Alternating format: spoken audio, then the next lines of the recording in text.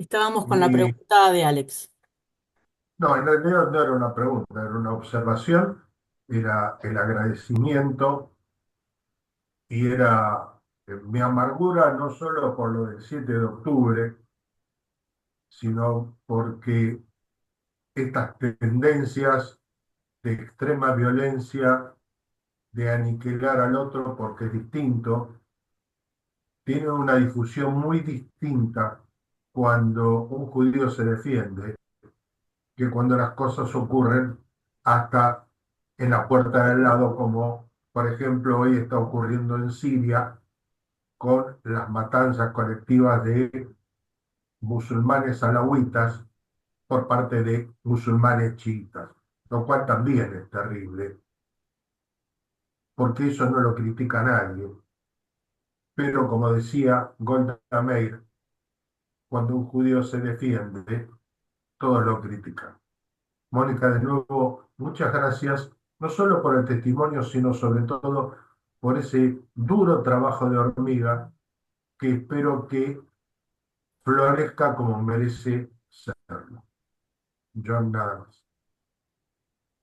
Yo confío en que los jóvenes van a tomar la posta. Este, eh, bueno, yo quería, cuando estabas hablando me hiciste acordar a un libro que está traducido en castellano, que se llama Con ella vino el recuerdo. Y está escrito por un profesor, mira, el nombre no lo recuerdo nunca. Eh, Justamente lo que él hablaba es con los cambios de nombres, ¿no? Cómo fue cambiando su nombre de acuerdo a lo que fue pasando. Y hoy en día, o por lo menos cuando escribió el libro, era profesor de historia en la Universidad de Jerusalén. Eh, pero bueno, también con que lo escondieron en una casa no judía, que le dieron otro nombre. Es más, él casi, distinto a lo tuyo, él casi llegó a estudiar para cura.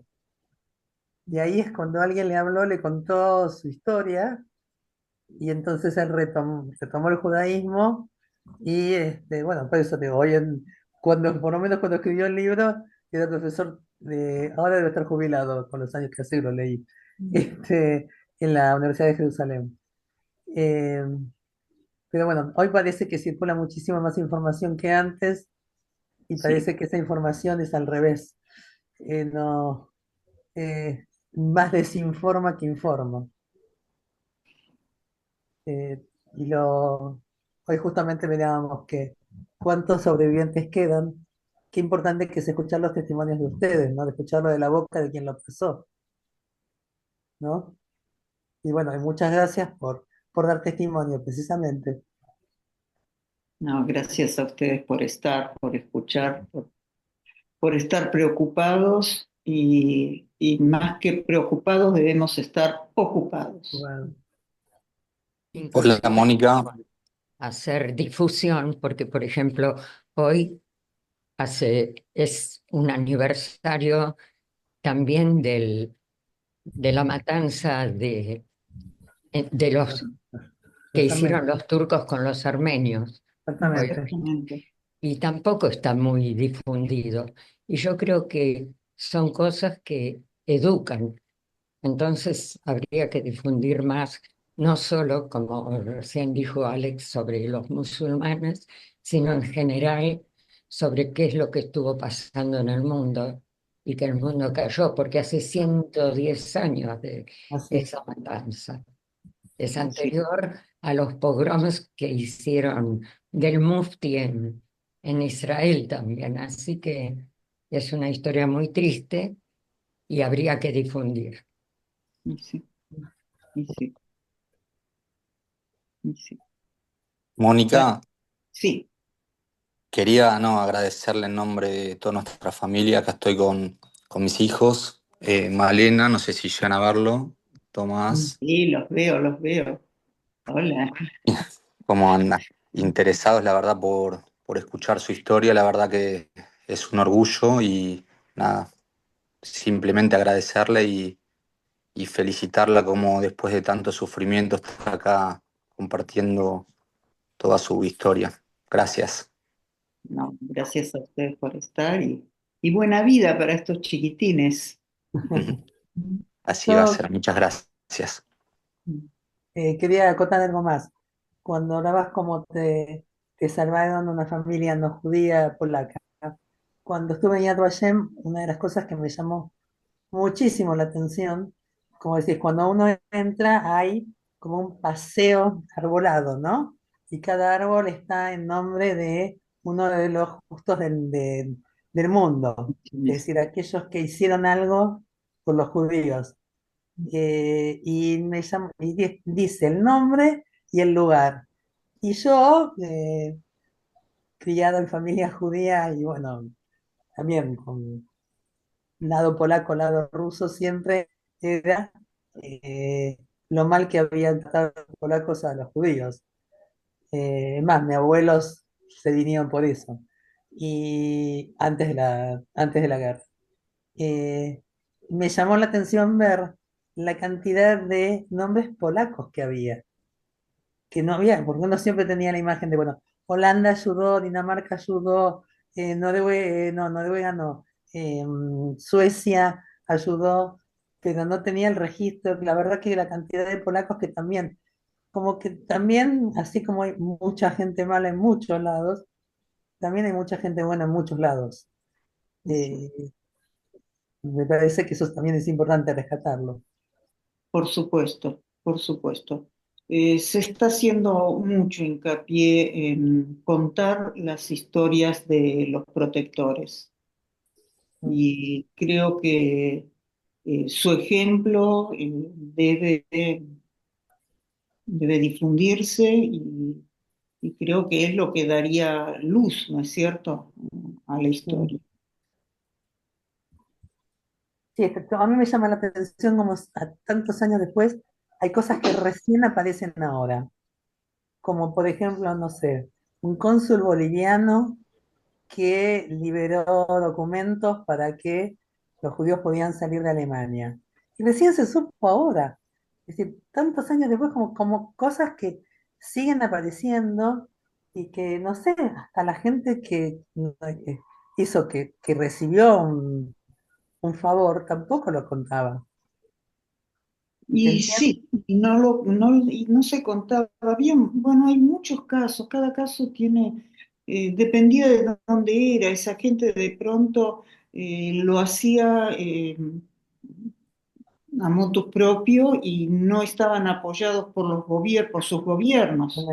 Entonces tampoco se podía ventilar porque bueno, estaban haciendo algo que su gobierno no lo aprobaba. Claro. Y de eso hubo mucho. Así que, pero bueno, Mauricio Olkins, Sí, ¿qué? muy buenas noches. Quería preguntarle a ella y agradecerle sus palabras y preguntarle si ha podido o ha ido de vuelta a conocer sus orígenes y si Sí, fue, cómo fue ese encuentro. sí, sí, sí. Eh, fui, eh, viajé una vez con un grupo de sobrevivientes del IDA, con mi hermana Esther de Israel, con un primo, también sobreviviente de Israel. Y bueno, ese fue el primer viaje y fue impresionante porque fui de la mano de la gente que tenía la historia, las historias familiares, las historias comunitarias. Eh, bueno, conocí el lugar donde, la escuela de mi hermana, donde estaba el Beit Knesset, donde estaba el, el gueto donde yo había nacido, no estaba el gueto, estaba en tierra rasa, pero el lugar donde estaba. Y bueno, y una cantidad de anécdotas de todo tipo, por donde cruzaban los partisanos para ir a los bosques, etcétera, etcétera. Y luego hice otro viaje con mis 3 sobrinas israelíes y mis 3 hijos argentinos, eh, también a Lida, y con ellos ya fuimos también a Majdanek, donde fueron muertos mis padres y mi hermana y tantos otros familiares. Y en esa oportunidad conocí el lugar, o sea, la casa donde yo había vivido junto con los Shípula, lo cual fue muy impresionante porque yo nunca me imaginé que iba a poder ver esa casa, y más aún la sorpresa de que eso estaba a no más de 1 kilómetro, kilómetro y medio del gueto de Lida. Eh, y luego hice otro viaje con mi esposo, eh, esta vez ya a Polonia, a donde vivían los Shipula, ya no los padres, los papá y mamá Shipula, sino la abuela Shipula y un tío Shipula que vivían con nosotros. Y, y bueno, fue muy impresionante, fue muy fuerte, muy duro. Eh, y en esa oportunidad la abuela Shipula saca una caja llena de fotos y me regala fotos mías con ellos. Así que sí. Qué impresionante. Muy emocionante, gracias, Sí. muy emocionante.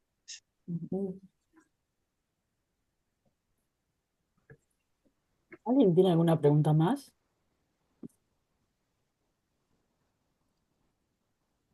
Quería hacer una invitación y primero agradecerle a Mónica y contarle una cosita chiquita.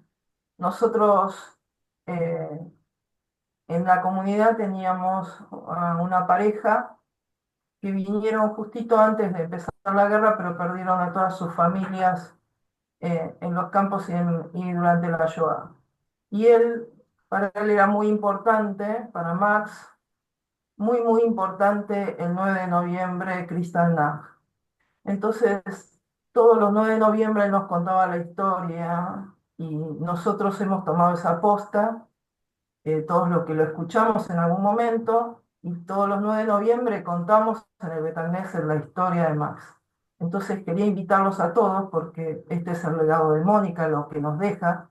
Mónica no solamente viene a contarnos, sino viene a dejarnos una obligación a todos, y es que nos hagamos eco de sus palabras y las transmitamos a nuestros hijos, a nuestros amigos, a aquellos que son judíos, a aquellos que no lo son, y que contemos también su historia.